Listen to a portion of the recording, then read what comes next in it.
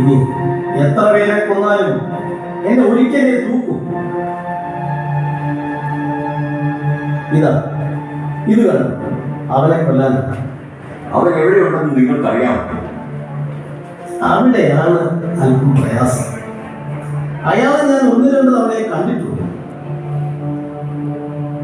ഏതാണ്ട് ഇതേ പൊക്കം, ഏതാണ്ടല്ല പൊക്കം ഇത് തന്നെ, ഇതേ വണ്ണം, ഇതേ നിറം, ഇതേപോലൊരു കുറ്റിമീശ.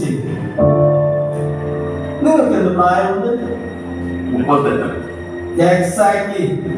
അയാൾക്ക് 38 തന്നെ. അയാളും ഒരു സഹൃദയനാണ്. ടാഗോർ കവിതകളിലാണ് കമ്പം. അവൾക്ക് വന്നിട്ടുള്ള ചില എഴുത്തുകളിൽ ടാഗോറിന്റെ ഉദ്ധരണികൾ ഞാൻ കണ്ടിട്ടുള്ളൂ. ടാഗോർ കവിതകൾ ബുദ്ധിയുള്ള പലരും വായിക്കും. അങ്ങനെ വായിക്കുന്നവരെല്ലാം ഒരേ ആകൃതിയുള്ളവരായിരിക്കുമോ? നിങ്ങൾ എന്തൊക്കെയാണ് പറയുന്നത്? നിങ്ങൾക്ക് അവളുടെ രണ്ടാമത്തെ കാമുകന്റെ തനി ഛായയാണ്. ഛായയുള്ള പല്ലും കാണില്ല. ഒരേ മാതിരിയുള്ള പലരും കാണുമോ? മറുപോ 4 രൂപ വട്ടത്തിൽ ഒരു കറുത്ത മറുപടി. എവിടെ? അയാളുടെ പിടലിയുടെ ഇടതുവശത്ത്. ഇതാ ഇവിടെ. ഞാനൊന്ന് നോക്കട്ടെ. താൻ എന്ത് ഭ്രാന്താണ് പറയുന്നത്? അപ്പോ മറുകുണ്ടല്ലേ? എനിക്ക് പോകണം. ഞാൻ അനുവദിച്ചാൽ. മിസ്റ്റർ, നിങ്ങൾ തെറ്റിദ്ധരിച്ചിരിക്കുകയാണ്. എനിക്ക് നിങ്ങളുടെ ഭാര്യയെ അറിയുക പോലുമില്ല. കള്ളം. സ്വന്തം മറുക് മറയ്ക്കാൻ ശ്രമിക്കുന്നവൻ സത്യവും മറച്ചു പിടിക്കും. മരണത്തെ മുൻപിൽ കാണുമ്പോഴും സത്യം മറച്ചു പിടിക്കുന്ന നിങ്ങൾ ഒരു നീചനാണ്. സത്യമാണ്. ഞാൻ നിങ്ങളുടെ ഭാര്യയുടെ കാമുകനല്ല. സത്യം. പക്ഷെ നിങ്ങളുടെ മരണം സത്യമാവാൻ പോവുകയാണ്.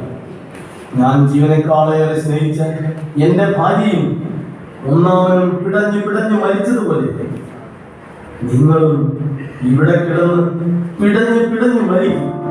നിങ്ങൾക്ക് ഭ്രാന്താണ്. അതെ, ഹോമിസൈഡൽ മാനിയ. അതാ ആ സ്ത്രീകൾ അവിടെ നിന്ന് എഴുന്നേറ്റ് കഴിഞ്ഞു. ഞാൻ പൊക്കോട്ടെ പ്ലീസ്. അവർ കേൾക്കുന്നത് നിങ്ങളുടെ നിലവിളിയായി, കാണുന്നത് നിങ്ങളുടെ ശവമായി.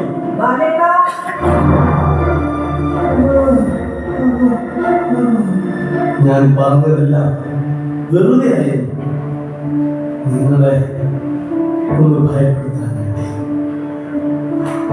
അയ്യോ, ഞാൻ കുത്തി വേണമെന്നല്ല, ഞാൻ പറഞ്ഞതെല്ലാം ഭാവനയായിരുന്നു, നിങ്ങളെ ഒന്ന് പരീക്ഷിക്കാൻ. മരണത്തെ മുന്നിൽ കാണുമ്പോൾ ഒരാൾ എത്രമാത്രം ഭയപ്പെടുമെന്ന് കണ്ടറിയാം. നിങ്ങളുടെ പിറകിൽ വന്നു നിന്നപ്പോൾ കണ്ടതാണ് ആ മറു. അപ്പോ നിങ്ങൾ ശരിക്കൊരു കൊലപാതകയല്ലേ? ഞാൻ ഒരു ഈച്ചയെ പോലും കൊന്നിട്ടില്ല. നിങ്ങൾക്ക് ഭ്രാന്തുണ്ടോ? അയ്യോ ദൈവമേ, ഞാൻ എന്താണ് കാണിച്ചത്? വരൂ, ഞാൻ നിങ്ങളെ ആശുപത്രിയിൽ കൊണ്ടുപോകാം. വരൂ. വേണ്ട, ഞാൻ രക്ഷപ്പെടും. ആ കുത്ത് നന്നായി ഏറ്റിരിക്കും. ആശുപത്രിയിൽ അവരെന്റെ മരണം വഴിയെടുക്കും.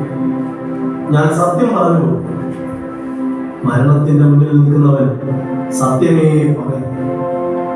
വേഗം ആ കത്തി എന്റെ കയ്യിൽ പിടിപ്പിക്കും. എന്നിട്ട് ഒന്നും സംഭവിക്കാത്ത പോലെ നിങ്ങളെ വിളിക്കുക ജീവിതത്തിലേക്ക്. അതേ വിളി എന്നെയും വിളിക്കുക മരണത്തിലേക്ക്. എന്റെ പേരും ബാലൻ എന്നാണ്.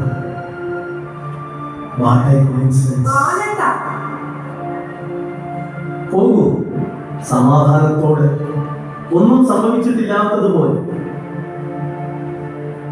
Good night.